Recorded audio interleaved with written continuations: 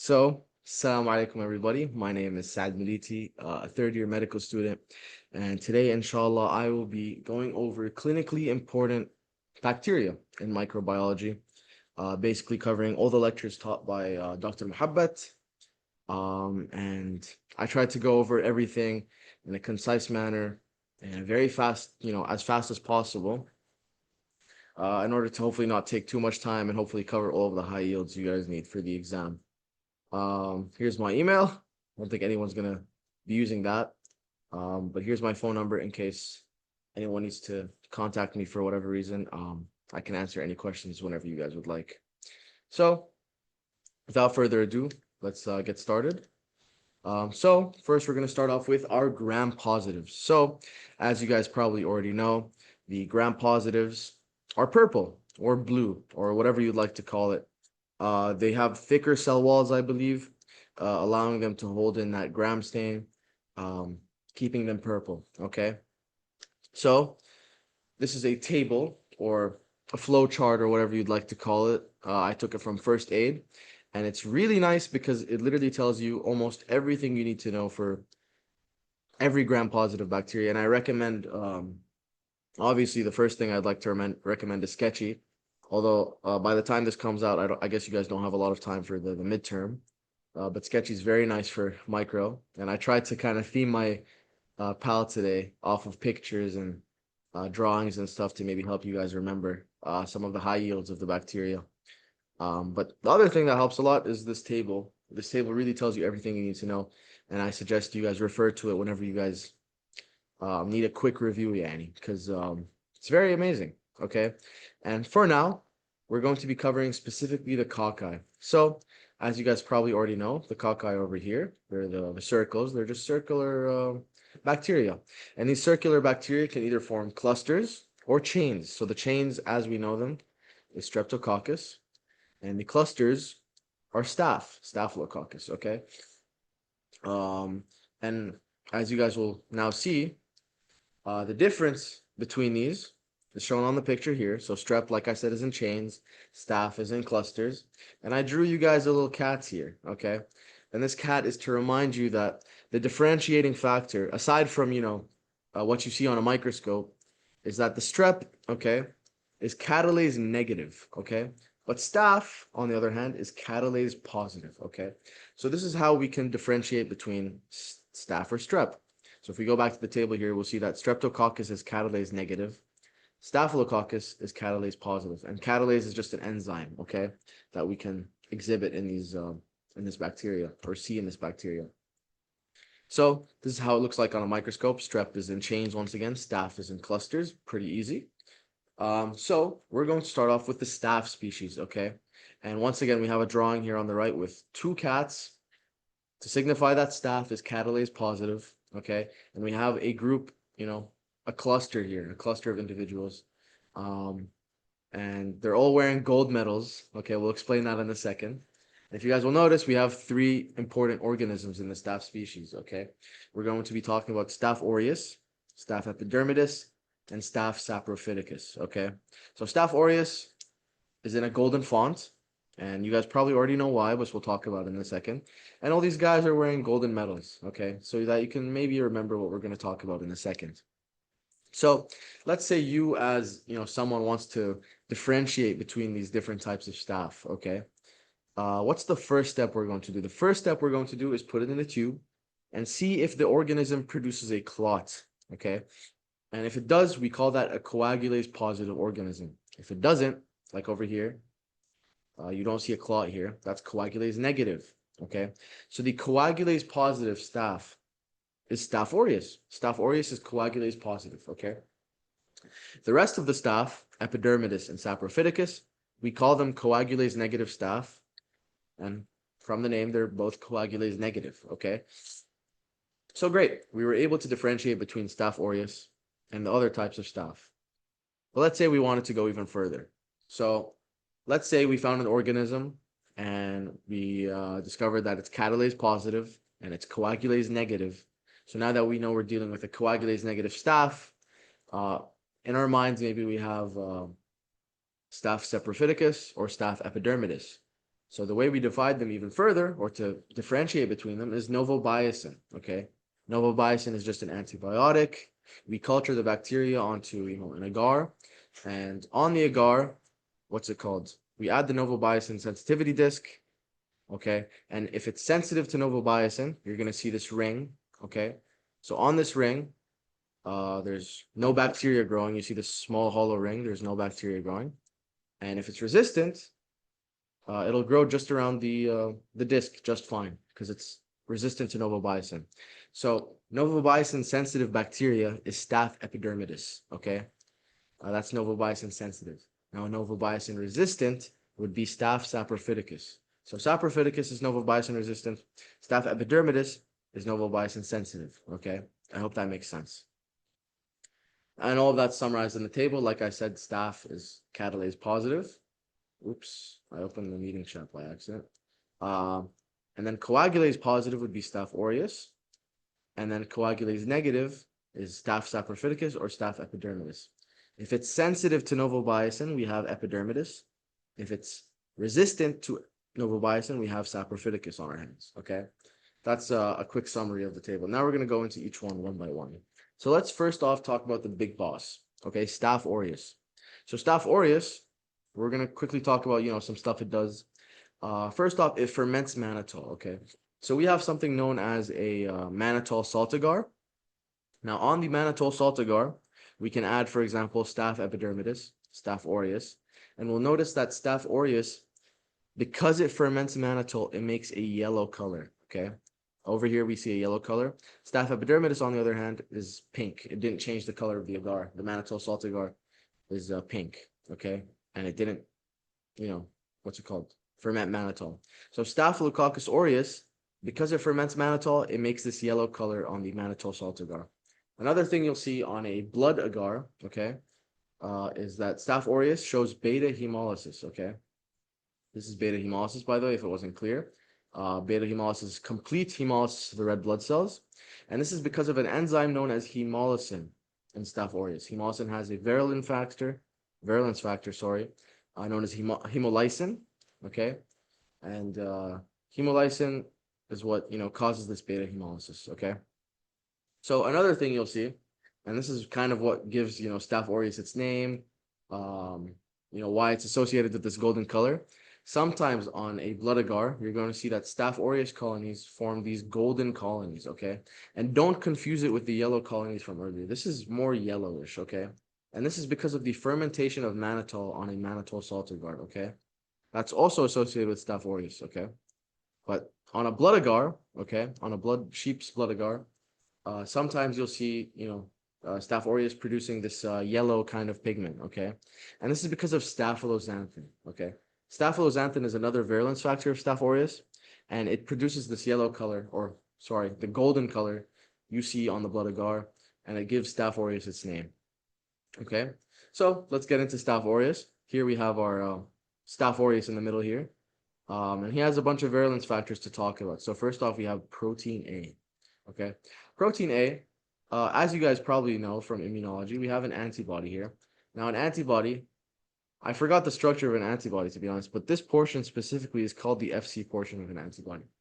And the Fc portion of an antibody usually doesn't do anything. Like this is the antigen binding part of the antibody, right? So this is the part that is supposed to bind to a protein so that, the body can defend against a virus or a bacteria. What protein A does is that it binds to this Fc region, okay? As shown in the picture, you can see it's binding to the Fc region, the protein A is binding to the Fc region, and this stops the antibodies from doing its job because it's bound the opposite direction. So it basically flips the antibody, if you guys want to think of it that way. Now coagulase creates a fibrin clot, okay? So as we said, Staph aureus is coagulase positive, and this fibrin clot right here basically protects it from macrophages, protects it from the body's immune system, okay? So that's one of its other virulence factors. Now we have teichoic and lipoteichoic acid. Low-key, not that high yield. And then we have exotoxins. The exotoxins, we'll talk about them individually right now. So first off, Staph aureus can produce a multitude of diseases. First off, we have pyogenic inflammation. So pyogenic inflammation is just pus-producing inflammation. So you have Staph aureus under the skin. You can have an abscess like this, and the abscess has pus, white pus from, dead neutrophils, I assume, and whatnot.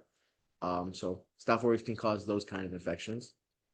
Aside from that, the more high yield ones is that Staph aureus can cause nausea, vomiting, diarrhea, basically food poisoning because of its enterotoxin, okay? Associated with mayonnaise, okay, but that's not important for you guys to know. Specifically, the enterotoxin here causes nausea, vomiting, and diarrhea. Another thing that Staph aureus causes is scalded skin syndrome. So basically, you'll see some people, you won't see people, but like, and some people, infected by Staph aureus, they're gonna have like their skin literally peeling off, and that's because of the degradation of desmoglein. Okay, desmoglein is kind of like you guys will take this more in MSI, so it's not that high yield to know now, I'm sure. But desmoglein, I'm pretty sure holds the skin together, especially like the top layer. So without desmoglein, the degradation of desmoglein, you'll see that these people, have their skin ripping off, such as in this picture, because of the exfoliative toxin. Okay. Last but not least, we have toxic shock syndrome, caused by toxic shock syndrome toxin. Now, toxic shock syndrome is just another thing caused by Staph aureus.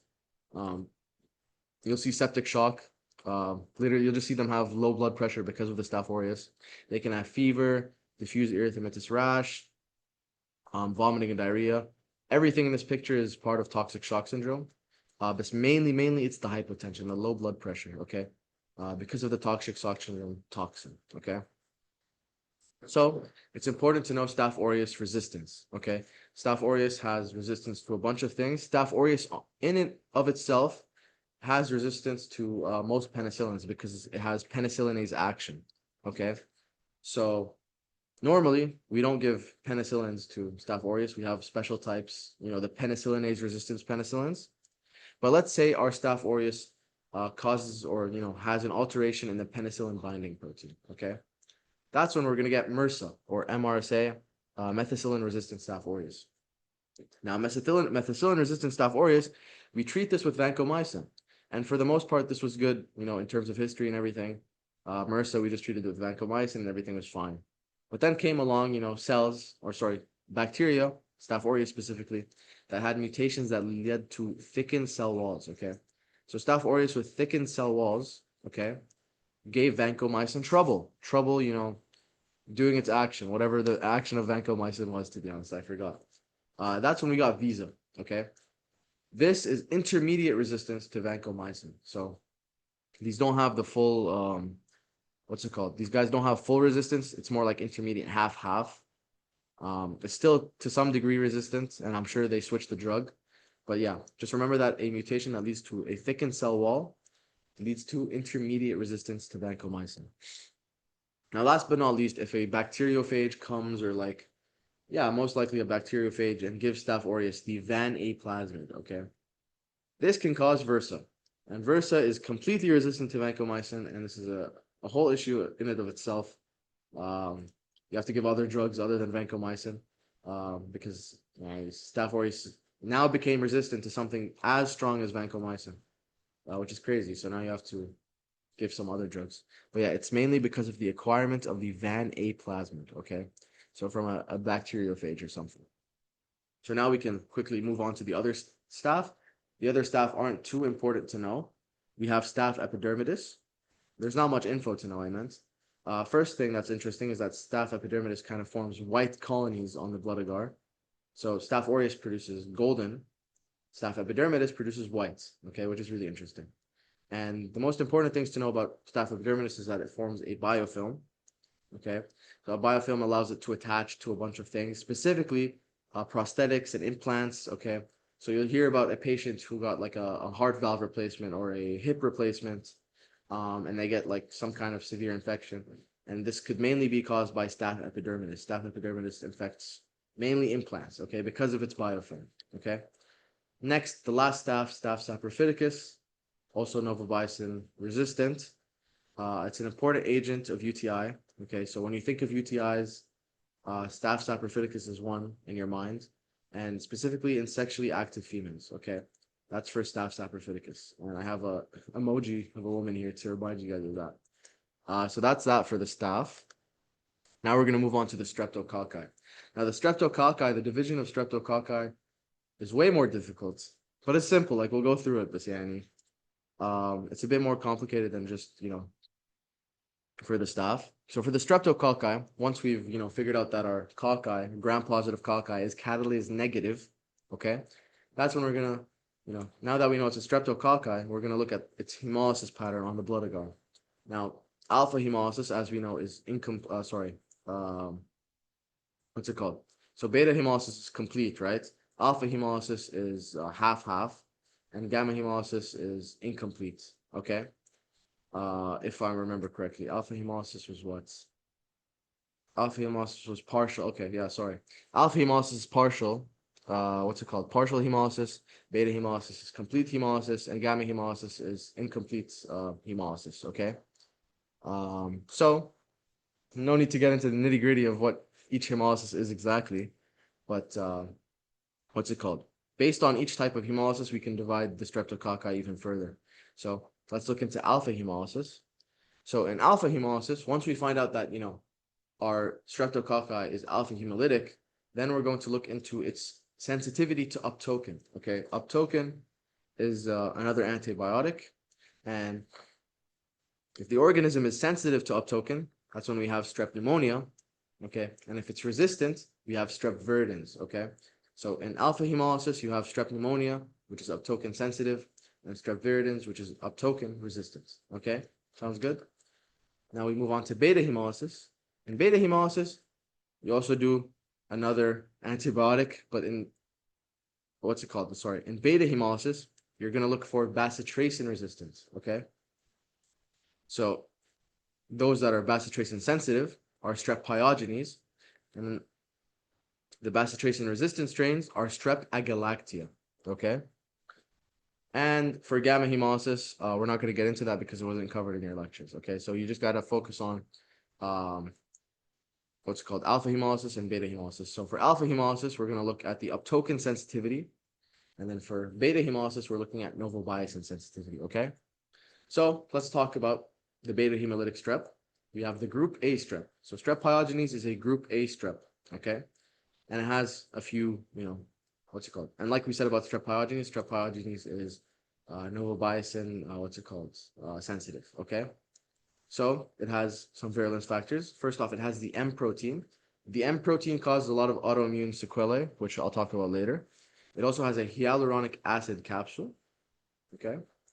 It also has streptokinase, which helps it break clots, and streptolysin O and streptolysin S. Now, streptolysin O and S are important because the body makes antibodies against them. And later on, like 2 weeks after infection or whenever you want to check, if you want to see if this patient had previous strep pyogenes infection, you look for their streptolysin O titers, okay? And if you find streptolysin O antibodies like elevated, that's how you know they might have had a previous strep pyogenes infection, okay? So let's look at the diseases strep pyogenes causes. So first off, we have suppurative infections. We have pharyngitis, throat infection, erysipelas. You guys don't need to know much detail about them. We have toxin-mediated disease. So once again, we have toxic shock syndrome. So the two organisms that cause toxic shock syndrome are Staph aureus, because of toxic shock syndrome toxin, and strep pyogenes. Strep pyogenes has streptococcal toxic shock syndrome, but it's literally the same thing. You're going to see low blood pressure, fever, rash, vomiting, diarrhea. Both of these cause toxic shock syndrome. It's just different toxins that mediate it, okay? And last but not least, autoimmune sequelae. So let's say you have pharyngitis, and then it resolves. You're chilling. 2 weeks later, suddenly I don't know, you have cola-colored urine. So strep pyogenes, because of its M protein, something called molecular mimicry. The M protein, the body forms antibodies against the M protein, and later on, these antibodies will confuse other parts of the body for the M protein, if that makes sense. So these antibodies against M protein will act against other parts of the body and cause autoimmune sequelae, like stuff like rheumatic fever and glomerulonephritis. Okay, you guys don't need to know the details of what rheumatic fever is or what glomerulonephritis is. You just need to know that the M protein causes this autoimmune sequelae, or these autoimmune diseases that come after a streptococcal pyogenes infection. Okay, so now let's move on to strep agalactia, which we said is beta hemolytic as well, also novobiocin resistant. instead of sensitive, okay? And it has a bunch of other stuff to differentiate it from pyogenes. It's also a group B strep, okay? I don't know if I mentioned that already. But first off, we have CAMP, okay? It's CAMP positive because of its hemolysin. Now, the CAMP test, basically, in the middle here, you have a strip of Staph aureus, okay? You have a strip of Staph aureus going down, this blood agar. And then perpendicularly to it, you have, for example, Strep agalactia. Now, Strep agalactia, because of Staph aureus, whatever, its hemolysis becomes enhanced and it makes, a kind of tent, okay? Think of camping, okay? Camping, tents, it kind of makes a tent like this, okay? And you can see it right here, okay? This is a CAMP positive test, and it means you're probably dealing with Strep agalactia, group B strep. But over here, you don't have a positive CAMP test. There's no, tent. There's no triangle or whatever over here. So you're most likely dealing with Strep pyogenes because it's not CAMP positive, okay? So this is another way you can differentiate between the two, okay? Now, Strep agalactia also has a polysaccharide capsule, and something less, less important is the C5a peptidase. I don't think you guys will be asked about this. It's just a peptidase that cuts off C5a, which is a complement thing, okay? But yeah, so when it comes to Streptococcus agalactia, I want you guys to think of babies, okay? B for baby, group B strep for baby, because it causes almost anything in a neonate, okay, in a baby. It causes bacteremia, blood in the blood, bacteria in the blood, sepsis, pneumonia, meningitis, causes all of that stuff in babies specifically, okay? So when you think of Streptococcus agalactia, think of infection in babies, okay? That's all you guys need to know for that. So now let's go back to the alpha hemolytic strep, which we said are strep pneumonia and strep viridans. Strep pneumonia, we said is uptoken, what's it called? Loki, I forgot. Uptoken sensitive, okay? So strep pneumonia is uptoken sensitive, and it's a diplococci, okay? Primarily cause deadly infection in those with splenectomy or sickle cell anemia because of the capsule. So let's look at our pneumococcal warrior here on the side, okay? First off, look at his lancet, his lancet-shaped diplococci. I don't know what to say. He has a lancet right here, right? And at the tip of it, you can see like a diplococci. I put diplococci here as an example. This is what the diplococci look like in strep pneumonia. They're sometimes described as lancet-shaped, whatever you think it is, Yanni. And you can see here on his shield, there's a picture of lungs, okay? This is to signify that, streptococcal pneumonia, causes lung disease, disease of the airways, okay? And you can see that, he's wearing shiny armor, okay? I'm not really circling it properly, but, he's wearing a bunch of armor. And this signifies that strep pneumonia is capsulated, okay? And a general rule of thumb for any encapsulated organism is that they can cause infection, like deadly infection, in those with either splenectomy, sickle cell anemia, asplenia, anything to do with the spleen, to be honest. Capsulated organisms can take advantage of that and cause deadly infection. So strep pneumonia is one of those. So in terms of virulence factors, we have the capsule. Like we said, look at his armor, his shiny armor. We have IgA protease. IgA protease just, because like we said, strep pneumonia causes upper respiratory tract infections, or not upper respiratory tract, just, airway infections. And in the airways, we usually have mucus covered with IgA. So the IgA protease helps strep pneumonia kind of colonize this, respiratory tract, okay, by cutting up the IgA. Last but not least, sorry, there's two more left. We have pneumolysin and autolysin. So pneumolysin is, the toxic, the toxin for the lungs, causes the disease. And then last but not least, we have autolysin, which basically kills the bacteria, but in the result of that, it releases pneumolysin. So the bacteria kind of breaks itself up and releases pneumolysin, causing the disease to worsen, okay? I hope that all of that makes sense. So, although prevention isn't too important when it comes to muhabbat or, these lectures in general, low-key is kind of high yield to know that, when it comes to strep pneumonia, the method of prevention is vaccines. We have the conjugate vaccine and the polysaccharide vaccine. So the polysaccharide vaccine is made out of the capsule, okay, the capsule of strep pneumonia.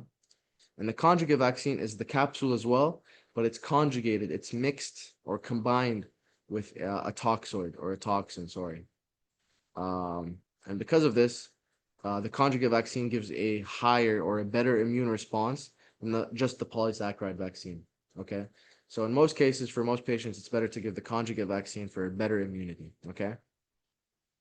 Last but not least, for the beta hemolytic, or sorry, alpha hemolytic, we have strep viridans. Strep viridans, like we said, alpha hemolytic, token resistant, and all you guys need to know for this is that it can, go to the teeth, cause dental plaques, caries, and if it somehow ends up in the blood, it can damage infected heart valves. Okay, so this is a valve right here. This is just viridans, chilling on the heart valve. So it can damage infected heart valves, and it's one of the causes of infective endocarditis. Okay, and most strains of strep viridans are still susceptible to penicillin, which is awesome. It means we don't have to struggle much when we're treating strep viridans. So the high yield points for strep viridans is just that it causes dental plaques, caries, and it can damage heart valves. Okay, damaged heart valves specifically.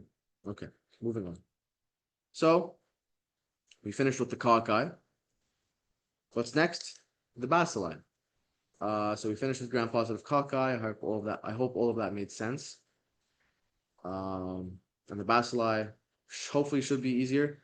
Bacilli, as you guys know, are just rods. So we have the cocci, which are circles, and then we have the rods, which are bacilli. I hope I'm drawing it properly. But yeah, on the table here, it's divided by aerobic and anaerobic. In your guys' lectures, it was divided differently. Spore formers versus non-spore formers, blah, blah, blah. So I'm just going to cover each bacteria individually, and I'll let you guys know whether or not it's a spore former, whatever. Differentiating between them should be very easy, so don't worry too much. Let's just get into it right now. First off, we're going to talk about the Bacillus species, okay? So the Bacillus species, once again, they're gram-positive rods. You can see that here, but look over here.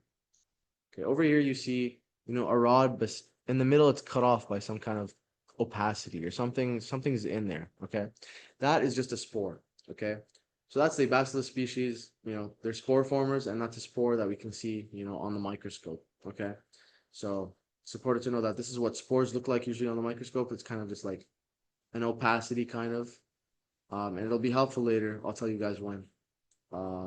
When you're trying to differentiate between different spore formers and non-spore formers. Okay, so we have first, the first, organism in the Bacillus species is Bacillus cereus. Okay, Bacillus cereus, once again, like we said, is spore producing. Okay, and Bacillus cereus is associated with food poisoning. Okay, and food poisoning caused by what? Reheated rice. So if you see a STEM question of a guy, reheating his rice and he gets food poisoning, like vomiting or diarrhea, it could be Bacillus cereus. Okay, and Bacillus cereus does this through two toxins. We have the enterotoxin, which is formed within the GI. So once you ingest, the bacteria, it starts forming the toxin within your GI, and this toxin stimulates adenylate cyclase, which, if you guys remember, increases CAMP. When you increase CAMP, you get diarrhea. Okay, so the enterotoxin here leads to diarrhea. Bacillus cereus also has the emetic toxin, and the emetic toxin is preformed. Okay, so it doesn't have to be made. So this means it's way faster acting, and it's a preformed toxin that causes vomiting. Okay, the emetic toxin causes vomiting. The enterotoxin causes diarrhea. Remember that the enterotoxin is being formed within the GI once you ingest the bacteria. But the emetic toxin has already been preformed, and it's basically ready to go as soon as you ingest it. Okay. So once again, prevention is not too important. This prevention of Bacillus cereus can be with refrigeration of your food, for example. So another thing in the Bacillus species is Bacillus anthracis. Okay. Once again, like we said, they're spore producers. All the Bacillus species are spore producers, and Bacillus anthracis causes anthrax. Okay, also known as wool sorter's disease. Okay. There's not much really to know about Bacillus anthracis, but something that's really, really high yield for Bacillus anthracis is that it has a polypeptide capsule. Okay, and it's the only bacteria to have a polypeptide capsule. And what I mean by polypeptide is like a protein capsule. Okay, and we'll explain exactly which molecule makes it up, or exactly what it's called in the next slide. Another thing you can see on blood agar is this Medusa head appearance. Okay, so on a blood agar, Bacillus anthracis kind of has this, they call it a Medusa head appearance, I believe. It looks very fuzzy. That's what Bacillus anthracis kind of looks like. And obviously, anthrax, is a disease mainly of the lungs, although it does a bunch of other stuff. Um, but yeah, you guys don't really need to know the exact details of it. Okay. So the virulence factors, like we said, is the poly-D-glutamate or the polypeptide capsule. So this is made out of poly-D-glutamate. It's the only bacteria to have a capsule like this. And we have a three-component toxin for Bacillus anthracis. So Bacillus anthracis has three toxins, three important toxins that it releases. We have protective factor, lethal factor, and edema factor. And we're going to talk about each of these in the upcoming slides. So we're going to talk about specifically two. So first off, we have edema factor. Now, from the name, edema factor causes edema, right? The way it causes edema is just by increasing CAMP. Okay, that's it. Inside the cell, it increases CAMP and causes edema. Now, in terms of the other one, which is lethal factor, okay, it inactivates MAP kinase. And when it inactivates MAP kinase, it also causes the release of interleukin 1b, okay? And all of this together just leads to necrosis, hypoxia, basically all of the bad stuff in Bacillus anthracis, okay? So edema factor and lethal factor both actually work together to produce an effect. I don't think, one can exist without the other. But lethal factor is the main one that kind of caused the necrosis, the hypoxia, by once again inactivating MAP kinase, okay? So now we're going to move on to another species, the Clostridium species, okay? The Clostridium species are strictly anaerobic, okay? They can be aerotolerant. When you think of Clostridium, you're mainly thinking of anaerobes, okay? And they're also spore formers. So Clostridium species is also a spore formers. And you can see Clostridium right here. You can see the spores, okay? You can see the spores. You can see the spores. These are all spores, okay? And we have multiple types of Clostridium, which we're going to get into right now. So first off, we have Clostridium perfringens. Okay, Clostridium perfringens. We can differentiate it from other type of Clostridium. How? First off, on the blood agar, we can see double zone of hemolysis. So if you see here on the double zone of hemolysis, you can see an inner zone of complete hemolysis. And then on the outside, you can see another line, okay? Over here, over here. Okay, I don't know if my markers are very obvious. But yeah, so you can see two zones of hemolysis. The inner zone is complete hemolysis. The outer zone is incomplete hemolysis, okay? But you basically have this double zone of hemolysis that can differentiate it from other types of Clostridium, other types of organisms in general, okay? This is very unique to Clostridium perfringens. Now, Clostridium perfringens, we can also kind of, diagnose it through something known as the Nagler test, okay? So Clostridium perfringens produces something known as alpha toxin. Alpha toxin is lecithinase, okay? And we have something known as the egg yolk agar, okay? The egg yolk agar has lecithin inside it, lecithin, okay? Now, lecithinase breaks down lecithin. And when it breaks down lecithin, it causes this opacity, this aggregation, okay, this precipitation, okay? Now, let's say we divided, this egg yolk agar into half, okay?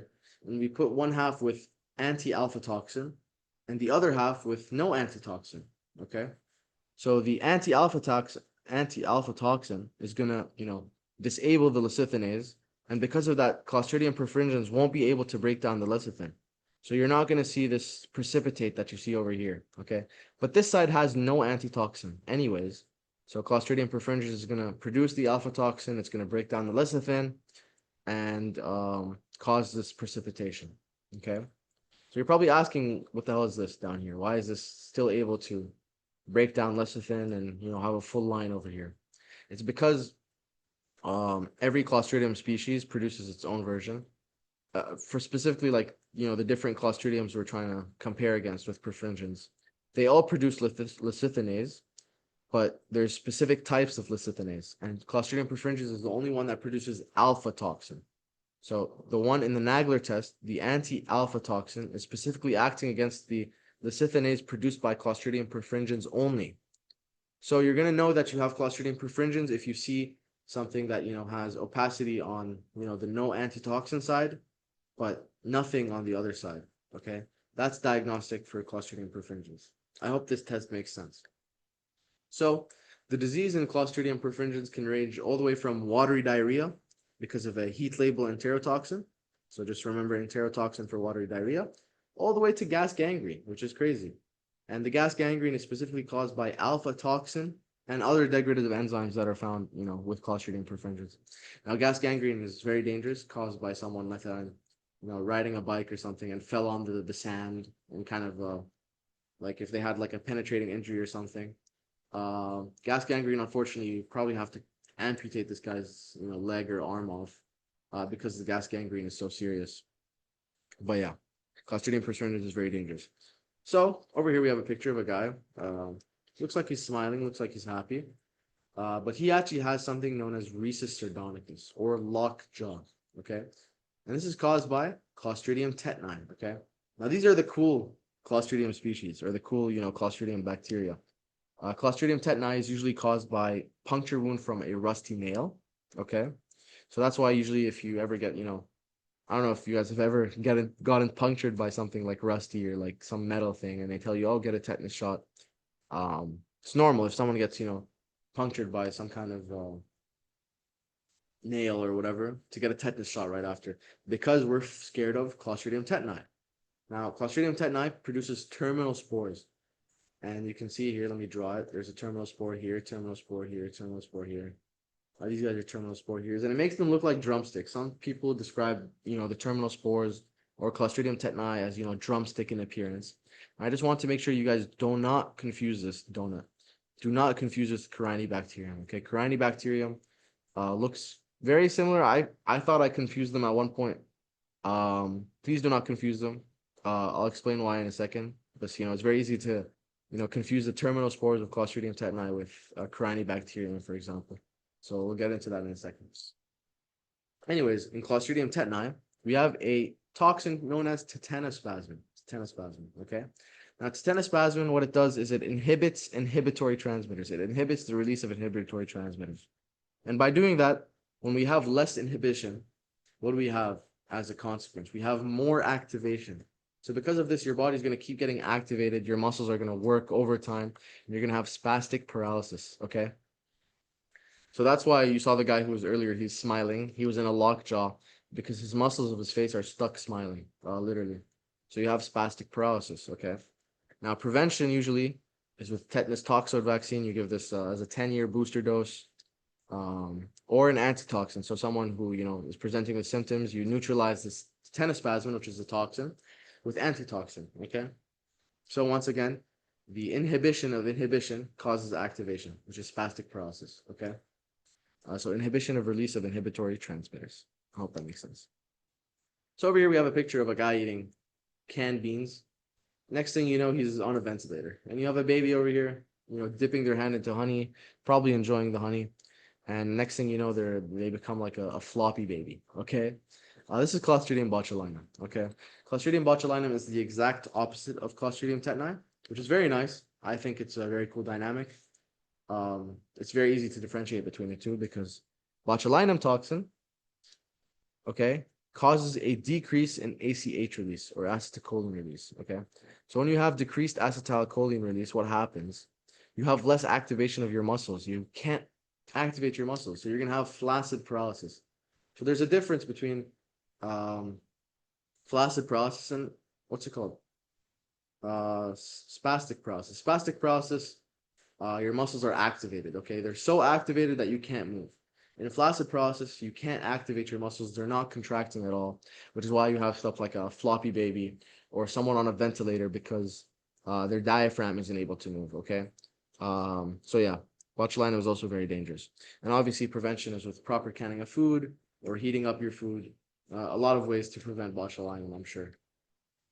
So next, we have Corynebacterium diphtheria, and this is the guy I was talking about. I was warning about, it's Corynebacterium diphtheria earlier, because I don't know, they're kind of sometimes described as maraca shaped.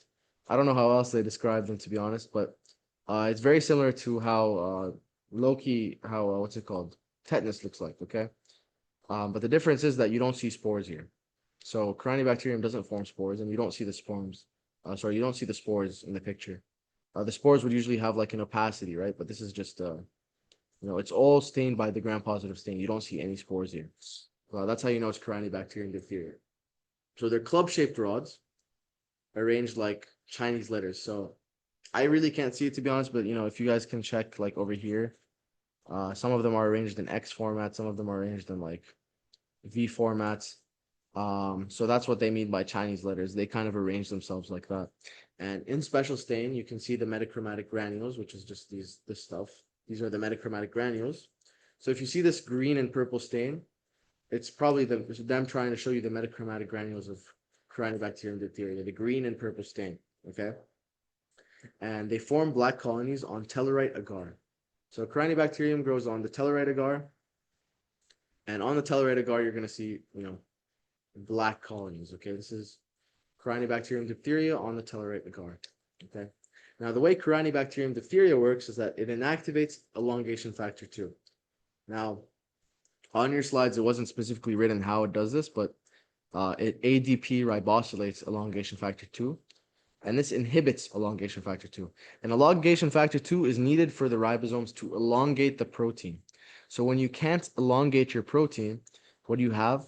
No protein synthesis. So Corynebacterium prevents, protein synthesis in some cells, and that's how the toxin kind of works, diphtheria toxin, okay?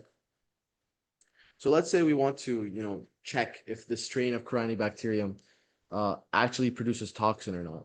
So in that case, we're going to use the ELEC test, okay?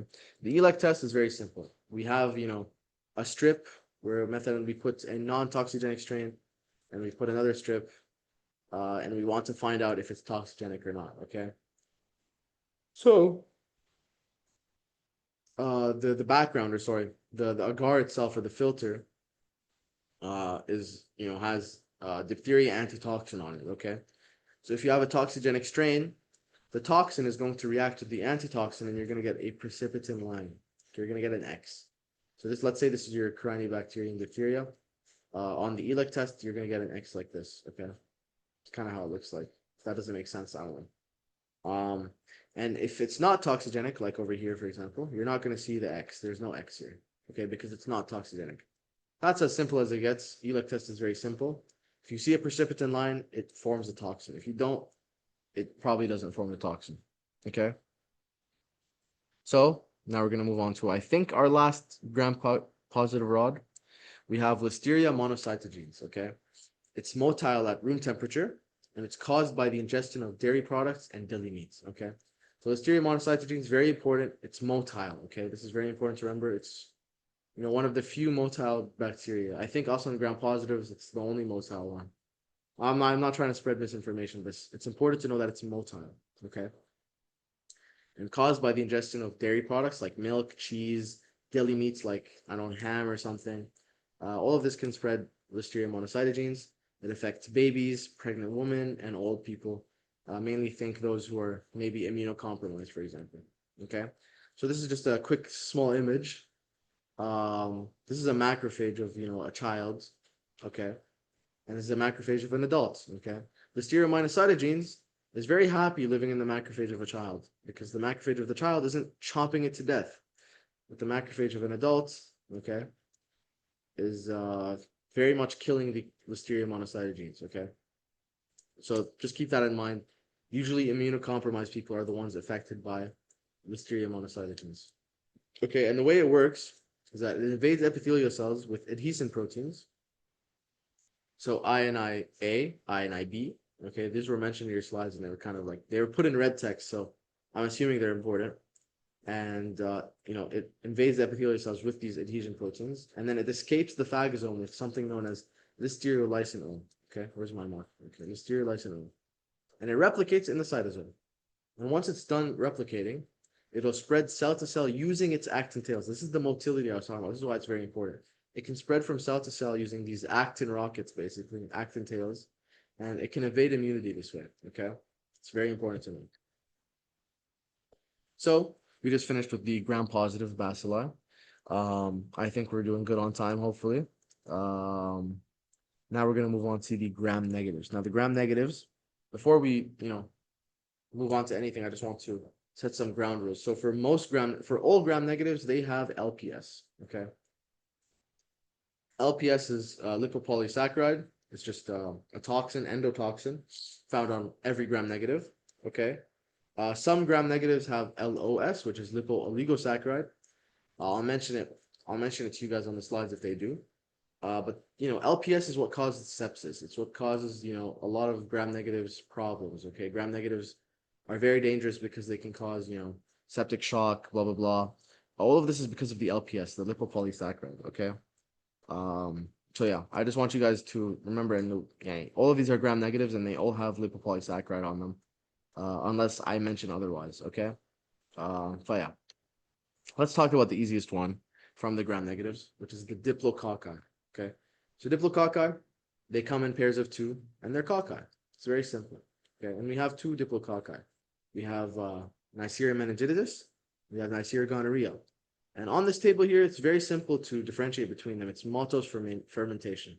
So the one that ferments maltose is Neisseria meningitidis. The one that doesn't ferment maltose is Neisseria gonorrhea. Okay, hopefully that's very simple. There are going to be other ways to differentiate between them. We'll talk about it right now.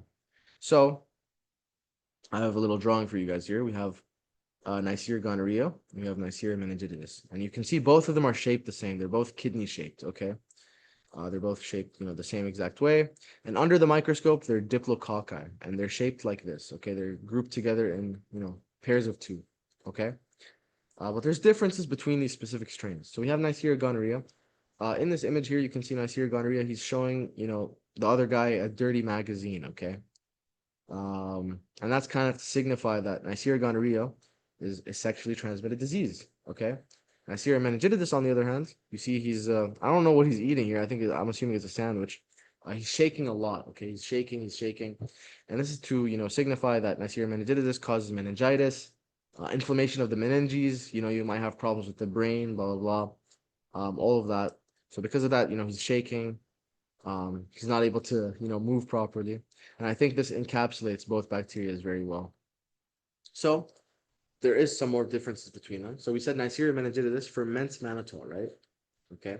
Not only that, Neisseria meningitidis also has a polysaccharide capsule, allowing us to type the bacteria. So we can type it into different types. The most important strains out there are A, B, C, Y, W135. Those are the important types that we can, classify them into, but there's way more. And we can all type it based on the polysaccharide capsule. This ferments maltose, okay? And Neisseria gonorrhea does not ferment maltose, okay? I hope that doesn't confuse anyone, okay? Does my pen work? It's not really working, okay. But anyways, Neisseria gonorrhea, okay, has no capsule. Oh, okay. Everything just showed up at once. Why is my computer bugging? What's it called? Neisseria gonorrhea has no capsule, but it can be serotyped based on its pilus protein, okay? And what's it called? So, wait, sorry, everything is messed up right now. This is very annoying. Okay. Hope everything's working fine now. Everything is working fine now. Okay. So things that are in common between these two, Neisseria gonorrhea and Neisseria meningitidis, is that there's constant surface variation, okay? Immune evasion, okay? So, people can get reinfected by this, these bacteria because they have constant surface variation and the immune system doesn't recognize them anymore. So they can change up their surface proteins, and because of that, the body might not recognize them anymore. Okay, constant surface variation. Okay, they both have that. They both grow on chocolate agar. Chocolate agar is just lysed blood cells, lysed, blood agar. And last but not least, both of these guys have lipo-oligosaccharide on their outer membrane. Okay, so like I said, most gram-negatives have LPS. This is one of the cases where we have lipo-oligosaccharide, LOS, on the outer membrane. Okay, so let's go through each one by one. We said Neisseria meningitidis, the shaky guy. It's a cause of bacterial meningitis. Where's my pen? Neisseria meningitis, bacterial meningitis, and fatal sepsis. Okay, meningococcemia. So meningococcemia is just when Neisseria meningitidis enters the blood and causes a bunch of stuff like a rash, blah, blah, blah. It's very dangerous and can be cause of Waterhouse-Friderichsen syndrome. Okay, Waterhouse-Friderichsen syndrome is just a syndrome in which, you have, hemorrhage of the adrenal glands. You can see here in the picture, the adrenal glands are kind of bloody because of hemorrhage. Okay. And Neisseria meningitidis has increased incidence in those with late complement deficiencies, okay? Specifically C6, C9, okay? This also applies, I believe, to Neisseria gonorrhea, but in your slides, she just mentioned it for meningitis. But yeah, so those with late complement deficiencies, C6, C9, they are at greater risk of infection to Neisseria meningitis. And you can see here in the photomicrograph, the photo here, whatever, you can see that, there's two diplococci here, they're not really kidney shaped, but another thing that's important to notice is that, you can see them that they're inside a polymorphonuclear cell. This looks like a neutrophil maybe, and that's usually where you find Neisseria species. They live inside polymorphonuclear cells as diplococci, and you kind of see them inside the polymorphonuclear cells. So in terms of virulence factors for Neisseria meningitidis, you have endotoxin, which we discussed, which is lipooligosaccharide. We also have IgA protease. Okay, so it cuts up IgA. And something that's less, less high yield, it's very low yield, is factor H binding protein. Okay, factor H binding protein is just a C3b inhibitor. Okay, it just inhibits some part of the complement, cascade. Okay, factor H binding protein. Neisseria meningitidis has that. Okay, so Neisseria meningitidis spreads through direct contact. Okay, so specifically respiratory droplets. Okay, so it can spread through, anything that kind of spreads droplets, coughing or whatever. Respiratory droplets spreads Neisseria meningitidis. Okay, and to prevent Neisseria meningitidis, although not that important, is a polysaccharide vaccine. Okay, just the polysaccharide, like we mentioned before with strep pneumonia, or the conjugate vaccine, which is the polysaccharide vaccine conjugated with a toxoid. Okay, the one that's conjugate is going to be stronger, obviously, and it's more recommended for immunity. Now let's move on to Neisseria gonorrhea. In terms of Neisseria gonorrhea, you guys don't need to know much. It's just that it's transmitted mainly through sex, and it can also be transmitted through vaginal delivery. And in terms of vaginal delivery, neonates will get neonatal conjunctivitis, which is just an eye infection. And yeah, that's when it's transmitted through vaginal delivery. And you can see here, once again, in the polymorphonuclear cells, you can see the diplococci.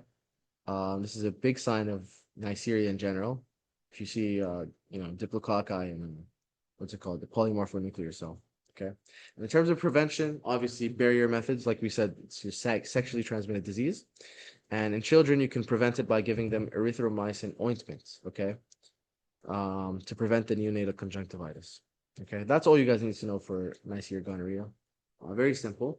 We're now going to be moving on to the big chunk of the gram negatives, which is the bacilli. Okay. So the bacilli, like we said, are rods, gram negative rods. Okay. We have the lactose fermenters and the non-lactose fermenters. Okay. And then after we get to lactose fermentation, we can also check oxidase. That's for your guys' lectures. It's not important because we never covered Pseudomonas. But we're also looking for H2S production on the TSI agar. Okay. If there's H2S production, we have Salmonella. If there's no H2S production, we have Shigella. Okay. And these are for the non-lactose fermenters. So let's talk about one of the lactose fermenters to begin with. We have E. coli. E. coli is a rapid lactose fermenter. Okay. Ferments lactose very fast. And you guys might already know because E. coli is pretty high yield. It causes GIT disease. Okay. You guys might have heard it causes diarrhea, watery, or even bloody diarrhea. Okay. And in severe cases, it can cause neonatal meningitis and sepsis. So E. coli in babies can cause stuff similar to Streptococcus agalactiae, like meningitis, sepsis. But in this case, it's a gram-negative rod. Okay. And we can type E. coli. We can give different types of E. coli, numbers and whatnot, through, three things. Okay. There's the O, which is the cell wall antigen. Okay. Cell wall antigen for O. The flagellar antigen. Okay. The flagella, the tail, is H. And the capsule, K for C, capsule makes sense. The capsular antigen is K. Okay. We can give each of these a number to type the specific type of E. coli. For example, there's the hemorrhagic E. coli, 0157, I believe. It's typed through these three antigens, O, H, K. Okay. So one thing to know about E. coli is that it's indole positive. Okay. So indole positive, ferments indole, and you're going to see the red over here. Okay. Unlike indole negative, which just shows up as yellow. Okay. Another thing that E. coli does is that it produces gas from glucose. So it's one thing to ferment, glucose, okay, like over here, but it's also another thing to ferment and produce gas. Okay. So E. coli does both. It ferments and produces gas. Okay. So in terms of virulence factors for E. coli, we have the pili, okay, which is important for the UTIs, okay, urinary tract infections, because the pili can, attach to the urothelium. The enterotoxin is what causes diarrhea, like we said. So enterotoxin, whenever you think of an enterotoxin, just think of diarrhea. And we have the lipopolysaccharide. This is what causes the sepsis. And all gram negatives, especially in E. coli, you have dangerous sepsis because of the lipopolysaccharide. Okay. Now we talked about E. coli 0157. Now, 0157 is dangerous because it causes the hemorrhagic or causes the bloody diarrhea. And it can be acquired from the ingestion. This looks pretty cooked to me, to be honest, but if we were to undercook the beef or, have raw patties for some reason, we can acquire E. coli 0157. Okay, 0157 can be acquired from undercooked beef. Okay, I hope that makes sense. So now we're done with E. coli. We're going to move to Salmonella. Now remember we said Salmonella is a non-lactose fermenter. So then to differentiate between Salmonella and Shigella, we're going to check for H2S production. So Salmonella is the one that produces H2S, okay? And we have the typhoidal species, the typhi. Oops, I don't know what happened. Why did I start doing subtitles? Okay. We have the typhoidal species, typhi, and paratyphi. And we have the non-typhoidal species, which is Enterica. Okay, so Salmonella enterica, which is non-typhoidal. Then you have Salmonella typhi and Salmonella paratyphi, which are, what's it called? Typhoidal. So we have a picture of our salmon here to, signify Salmonella. And Salmonella can be, what's it called? You can get it from a bunch of different things, okay? So usually nowadays it's from eggs, okay? If sometimes they tell you don't eat raw cookie dough, it's because there's raw eggs inside the cookie dough, right? That's what we're afraid of. We're afraid of Salmonella. So the egg here signifies, raw eggs. Eggs can also signify chicken. Raw chicken can give us Salmonella. And Salmonella can come from a bunch of weird stuff, like turtles as well. There was a Salmonella epidemic or whatever from turtles. It's very interesting. Okay. But so yeah, nowadays it's mainly from eggs and chicken. So in terms of virulence factors, we have the endotoxin, which is most likely LPS, like we talked about. Salmonella also has a capsule, and it has a tail, it has a flagella for motility. Okay, it's important. Now, the different diseases Salmonella can cause is first enterocolitis. So we have our salmon here in the salmon. Sorry, we have our salmon here in the large intestine. It can invade the epithelia and subepithelial tissue of small and large intestines. Okay, both the small and large intestines it can invade. Okay, can also chill in the gallbladder. So specifically, the typhoidal type of Salmonella can stay in the gallbladder, and patients infected with this will just have Salmonella typhi in their gallbladder. They become chronic carriers, and they keep shedding Salmonella in their stool, and because of that, they can spread it to other people if they don't, wash their hands properly or whatever. Okay.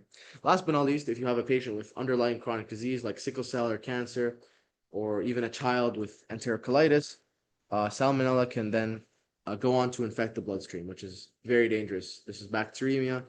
You're gonna have a lot of problems. Okay. So yeah. Last but not least, like we said, Salmonella is non-lactose fermenting, so it's gonna look like this. So what you guys probably know from labs is that the McConkey agar, what we use to assess lactose fermentation, if it ferments lactose, it's gonna be pink, like A. If it doesn't ferment lactose, it's gonna be B, yellow. Okay, so it's non-lactose fermented. Okay, and on the SS agar, which is the Salmonella Shigella agar, like we said, Salmonella produces H2S, so it forms black colonies on the SS agar. Okay, that's Salmonella for you. Okay. Another thing that was mentioned on your slides, which I don't think is too important because I don't understand it myself, is she mentioned that on a TSI agar test, okay, triple sugar iron test, you're gonna have an alkaline slant with acid butts with H2S and gas production.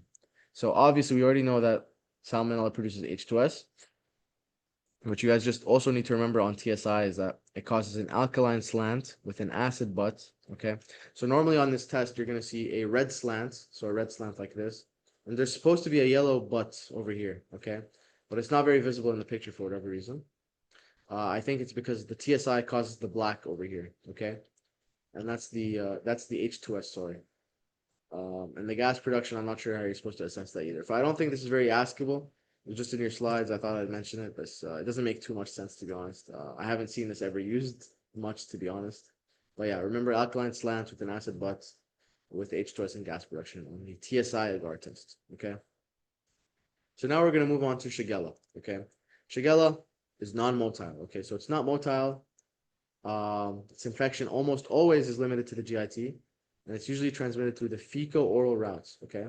And it has a type 3 secretory system. This is important for Shigella. Shigella has a type 3 secretory system. We can see over here in the picture, we have Shazam Shigella, or Shigella Shazam. I don't know how he wants me to say his name. He's shooting his toxin into the cell. And that's what a type 3 secretory system is. A type 3 secretory system is basically like shooting your toxin into a cell, okay? And this is crucial for the pathogenicity of Shigella, okay?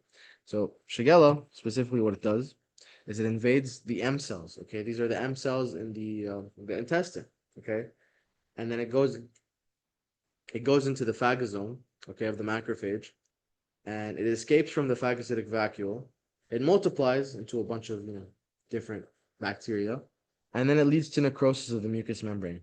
Okay, it leads to necrosis of the mucous membrane, and this is basically the overview of pathophysiology of Shigella. Okay, this is what Shigella does. It causes necrosis of the mucous membranes. Okay, and on agar, once again, McConkey agar, we're going to see that it's non-lactose fermenting, so it's B, like this.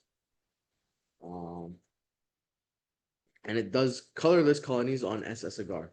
So because Shigella does not produce H2S, okay, like Salmonella, like we said, shows black colonies on SS agar.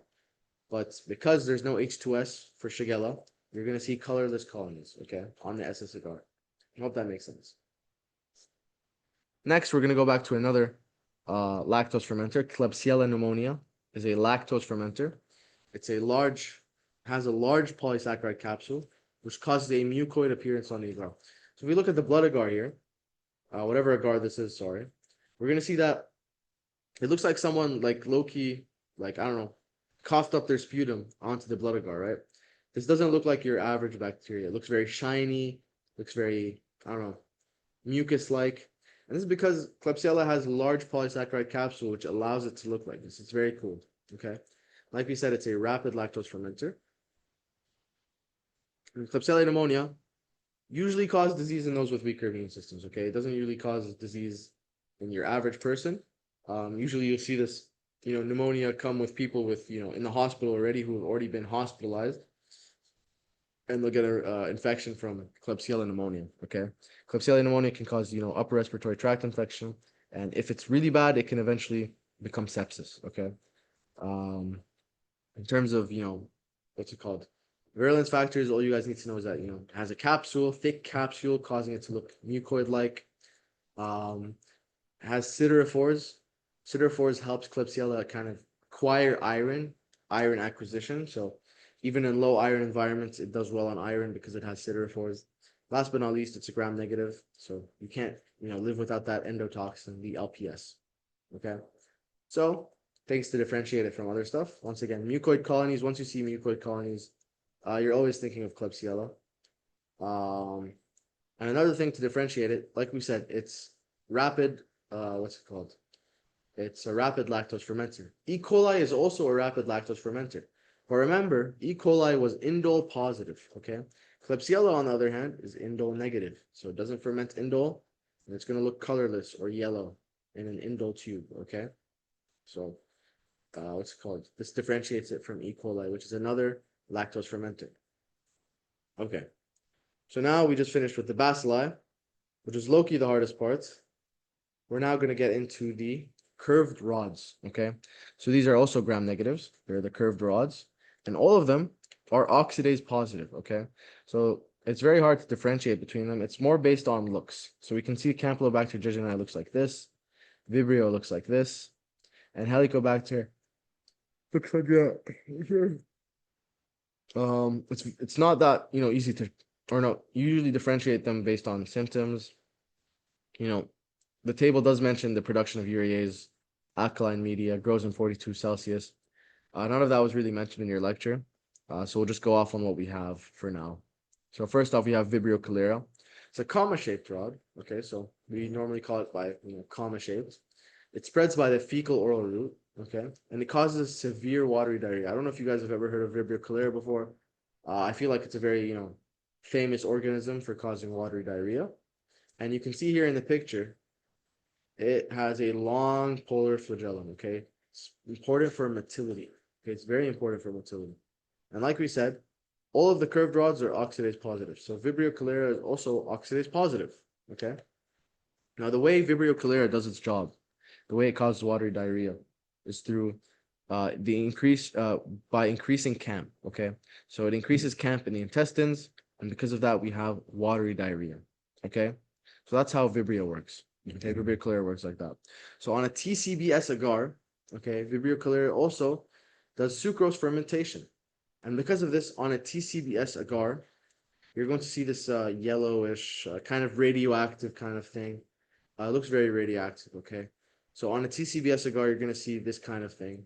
And that's going to tell you that it's Vibrio cholera, okay? Other bacteria, oops, my filter on making sense. Other bacteria won't kind of look like this. It'll look a bit different. Like it won't have this kind of yellow halo around it. It'll look more colorless. But yeah, so like we said, Vibrio cholera, curved, oxidase positive, increases CAMP, causing watery diarrhea.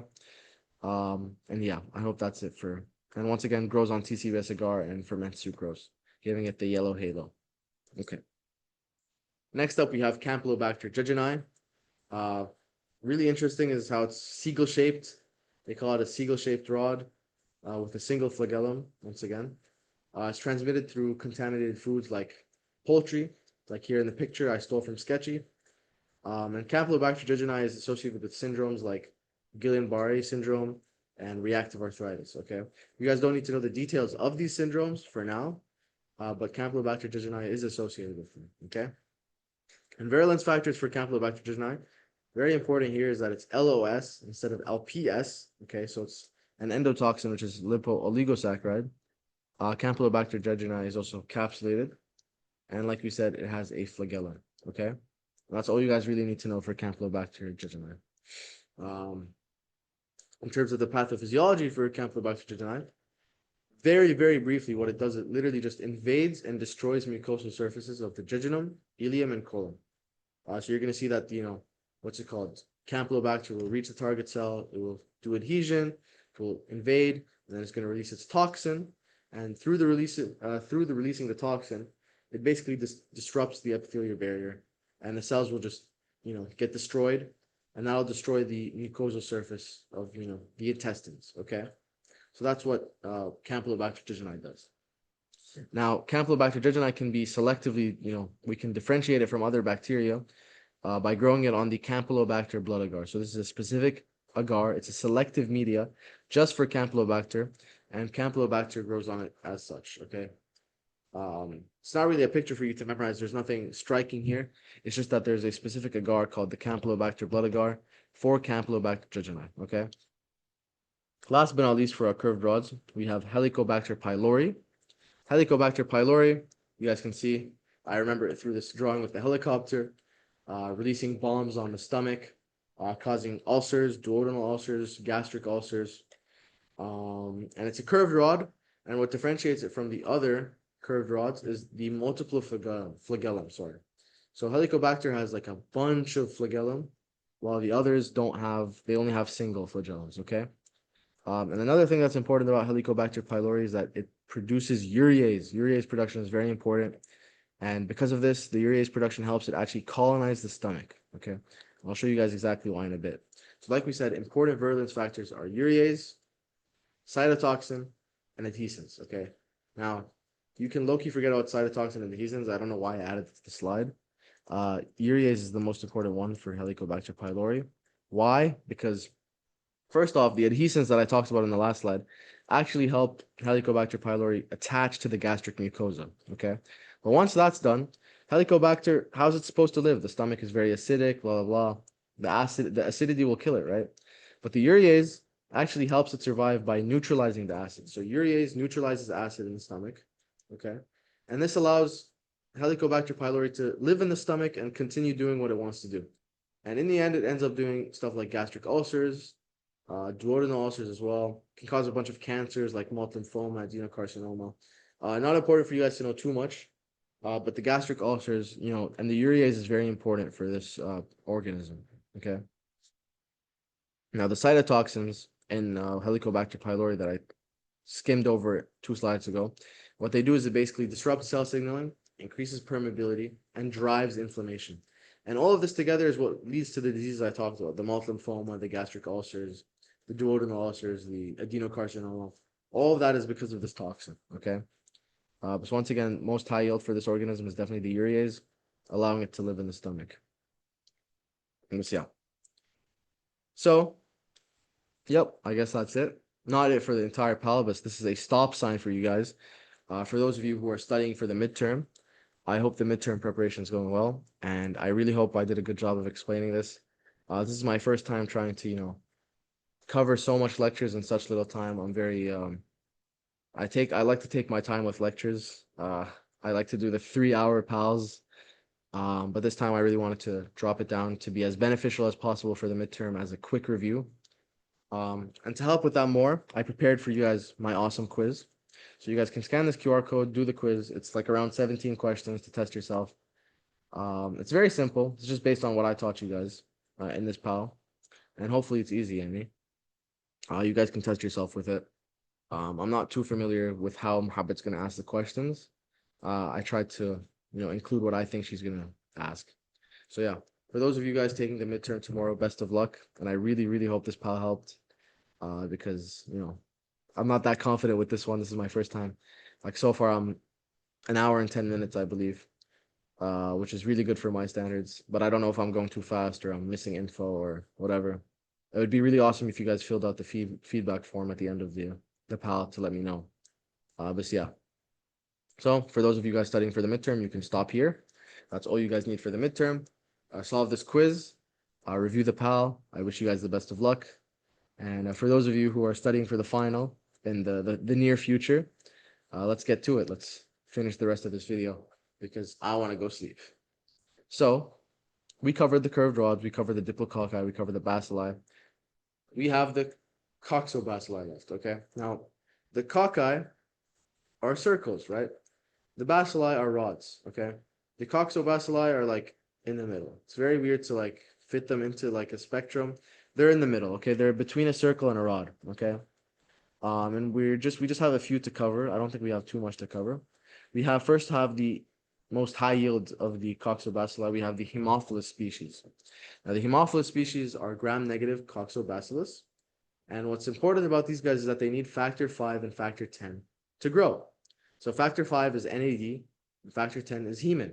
Okay, and what you guys are going to find out is that these are found inside red blood cells. Okay, but on a blood agar, you can't grow Haemophilus on a blood agar because these factors aren't readily available for it. Okay, but if we lyse the red blood cells and make a chocolate agar, okay, factor 5 and factor 10 will be readily available for Haemophilus to grow on, which is why Haemophilus is grown on chocolate agar. Okay.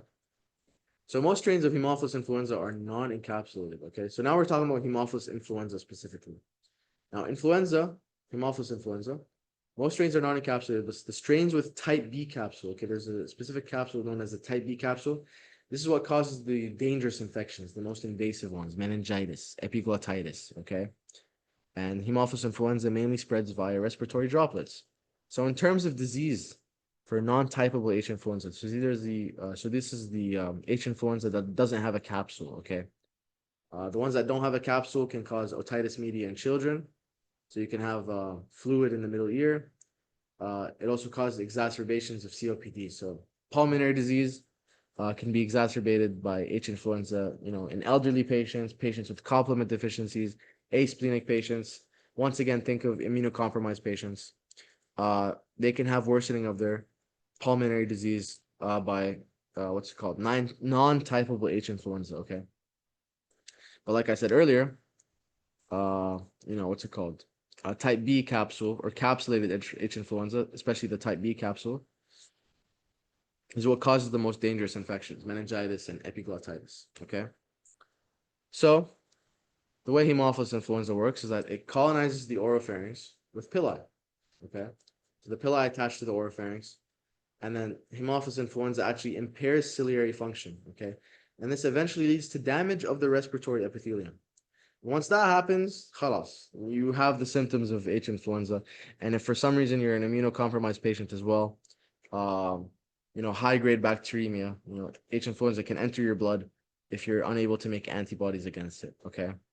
That's a less important note to know. Now, like we said, you can grow this guy on the chocolate agar. Okay, chocolate agar has factor 5 and 10 for H influenza to grow.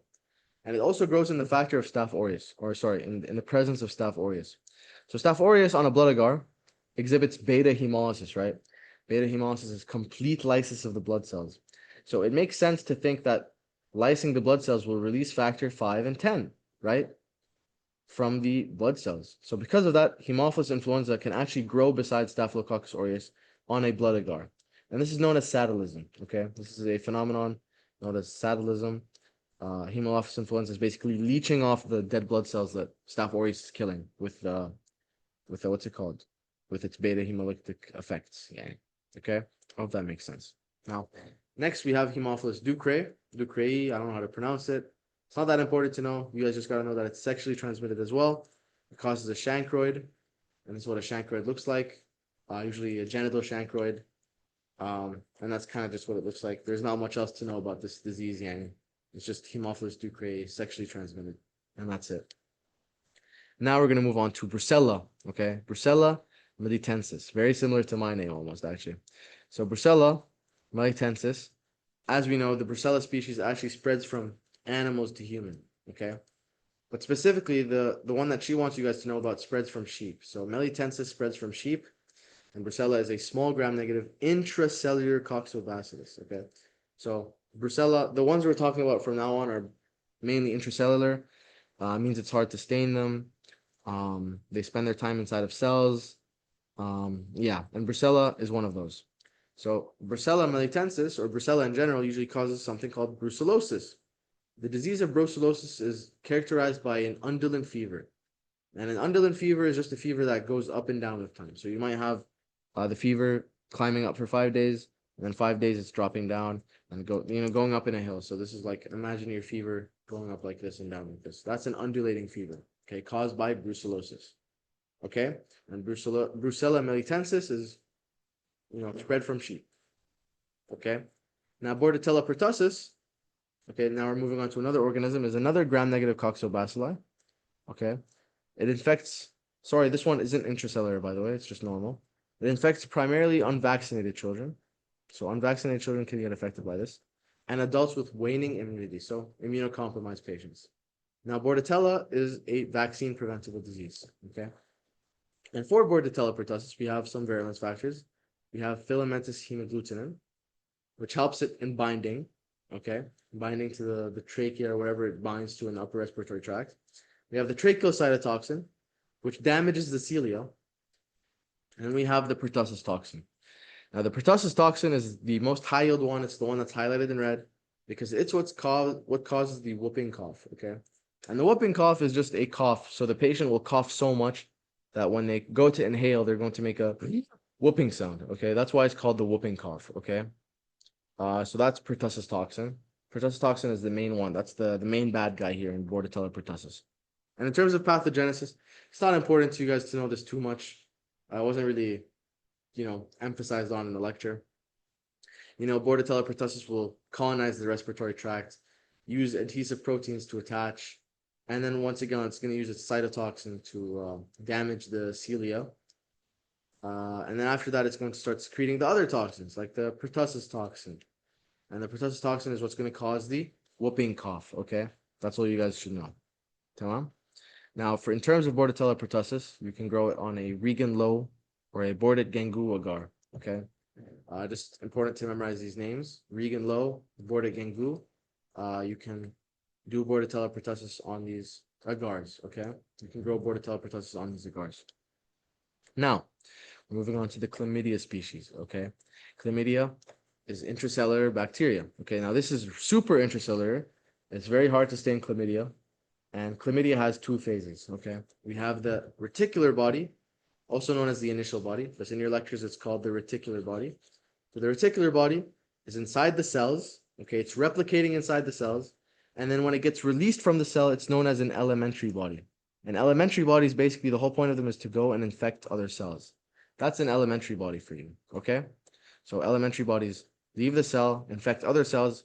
Reticular bodies are then inside the cell, replicating inside the cell. Okay, and that's the chlamydia species. So there's different types of chlamydia, but we're mainly going to talk about chlamydia trachomatis. Okay, chlamydia trachomatis is, once again, all types of chlamydia are, I believe, except for some, yeah. Chlamydia trachomatis is sexually transmitted, okay, and it causes trachoma, which is the main leading cause of blindness, in some people, and it also causes genital infection. So you can see this picture here. This is a clam, or chlamydia clam. He's causing trachoma, okay, which is just a disease of the eye, okay, a leading cause of blindness, okay. You guys don't need to know this in too much detail. And over here we also have our chlamydia clam. He's playing around with the fallopian tube. He's causing, I think, pelvic inflammatory disease. So chlamydia trachomatis has a bunch of, genital, eye kind of disease. It's not too important for you guys to know too much about that. And in general, it uses a type 3 secretion system, which we talked about earlier, which is just chlamydia trachomatis can basically shoot its toxin to the cells that it wants to affect using the type 3 secretion system. Now we're going to move on to Rickettsia rickettsii, Rocky Mountain spotted fever. Rickettsia is an intracellular gram-negative rod. Okay, it's transmitted by ticks or mites. We have our Ricky over here. He's kind of just kind of chilling. He has his tick pack and everything like that because he's transmitted by ticks. Rickettsia can be stained with Giemsa staining. Okay, and this isn't too important, I guess. I don't know why I added this, but in terms of adhesion, okay, it has an outer membrane protein, A. So outer membrane protein A is responsible for adhesion of Rickettsia rickettsii, okay? More important to know is that, it can be transmitted by ticks or mites, and it can be stained with Giemsa stain, okay? And the way it works, that you have a tick, it bites you, the Rickettsia goes into the blood, it invades epithelial cells, replicates inside the cells, and then it exits, okay? Just like any other disease, it kind of just spreads around in the cells, causing its disease. And the main disease it causes is a very unique type of rash, a spotted kind of rash. You guys don't need to know the details of the rash, but just know that, Rickettsia can cause a rash, okay? And yeah, that's about it for Rickettsia. Now, in terms of mycoplasma pneumonia is special, very special bacteria. Why? Because it doesn't have a cell wall, okay? All of the mycoplasma species doesn't have a cell wall. And Mycoplasma pneumonia is one of those, part of the mycoplasma species. It can't be visualized with the gram stain. So the gram stain is only for organisms with cell walls, okay? Mycoplasma pneumonia, because it doesn't have a cell wall, can't be gram stained, okay? So we can't gram stain it, and it requires sterols for growth. Why does it require sterols for growth? Because it has sterols in the cell membrane, okay? So this picture here of penicillin just eating up a Streptococcus, eating up the cell wall. Penicillin to the same guy, not to the same guy, but to a different guy, Mycoplasma pneumonia, can't do anything because of the sterile packed cell membrane. So penicillins usually act on the cell wall, but because there's no cell wall to work with here, Mycoplasma can't be defeated by cell wall inhibitors. You're going to have to, resort to protein synthesis inhibitors, for example. So yeah, Mycoplasma pneumonia can cause mild respiratory infection. This respiratory infection is usually resistant to some types of treatment because it's harder to treat because it doesn't have a cell wall. Okay. Remember, it's important to know that mycoplasma has sterols in the cell membrane. Okay. So, last but not least, Mycoplasma pneumonia grows on the eaten agar, and on an eaten agar, you're gonna see this classic fried egg appearance. Okay, you can see like fried eggs. That's how you know you're dealing with Mycoplasma pneumonia on the eaten agar. Okay, and that's it. That's it for my pal, everyone. You guys can scan the code here. This is my feedback. Please fill it up if you guys somehow made it here. I don't know. I'm really interested in seeing how I did because it's the first time, I try and go, very down on time. I didn't want to spend 3 hours explaining bacteria. So yeah, let me know if this was a good crash course. I'd really love to hear you guys' feedback so I can improve maybe in the future. And yeah, For those who are doing the final, best of luck to you guys as well. Um, I don't think anyone who's doing the midterm is watching this far, so yeah, best of luck on your guys' final. You guys will do amazing, inshallah. And yeah, thank you guys so much for watching and listening. And I really hope this was helpful. My salam. Goodbye.